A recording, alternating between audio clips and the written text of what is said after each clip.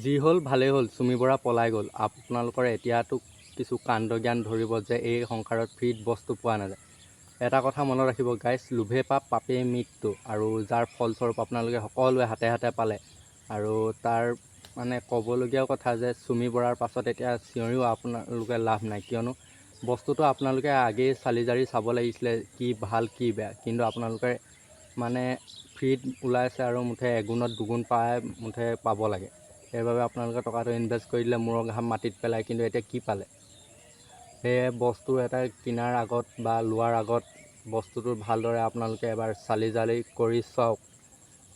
পিছত বস্তুটো যেতিয়া মানে সত্যটো ওলাই পৰে, তেতিয়া আপোনালোকে চিঞৰিলেও সেই বস্তুটোৰ কোনো মূল্য নাথাকে। সেইটো কথা মনত ৰাখিব। কিয় লোকৰ হিষ্টৰী খুচৰি মানুহক ট্ৰল কৰি লাভ নাই এতিয়া, কিয়নো যদিহে আপোনালোকে মানে ভাল বেয়াৰ দিশ চিনি পালেহেঁতেন, তেতিয়াহ'লে বস্তুটো প্ৰথমেই আপোনালোকে চালি জাৰি চাই তাৰ বিষয়ে সবিশেষ জানি লোৱাৰ পাছতহে কিছুমান কাম কৰিবলৈ আৰম্ভ কৰিলেহেঁতেন।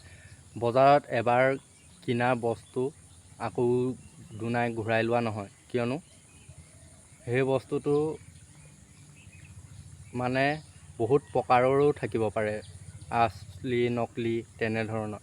সেয়ে যদি কিবা কৰে বা কিবা লয়, তেন্তে লোৱাৰ আগত বা দিয়াৰ আগত এবাৰ আপোনালোকে সকলোৱে ভাবি চাব বুলি আশা কৰিলোঁ।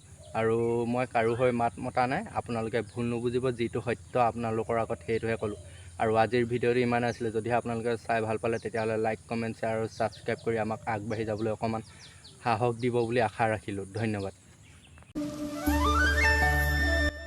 যি হ'ল ভালেই হ'ল, চুমি বৰা পলাই গ'ল। এতিয়াতো অসমৰ ৰাইজৰ অলপ কাণ্ডজ্ঞান আহিব যে ফ্ৰীত এই সংসাৰত একো বস্তু পোৱা নাযায়, যদিহে তাৰ কোনো বিপৰীত গুণ বা বিপৰীত দিশ নাথাকে। এগুণৰ আধা গুণো যে নাপালে আপোনালোকে, তাৰ ফলস্বৰূপ এইটোৱেই যে আপোনালোকে মাথে কিবা এটা ওলাবহে লাগে, মুঠে ফ্ৰীতে কিবা এটা ওলাইছে বা কিবা এগুণত দুগুণ পোৱা, আপোনালোকে তাক পাছত লাগিবলৈ মানে আৰম্ভ কৰি দিয়ে। কিন্তু তাৰ বিষয়ে এবাৰো যে চালি জাৰি ভালদৰে নাচায় এই বস্তুটো ভাল নে বেয়া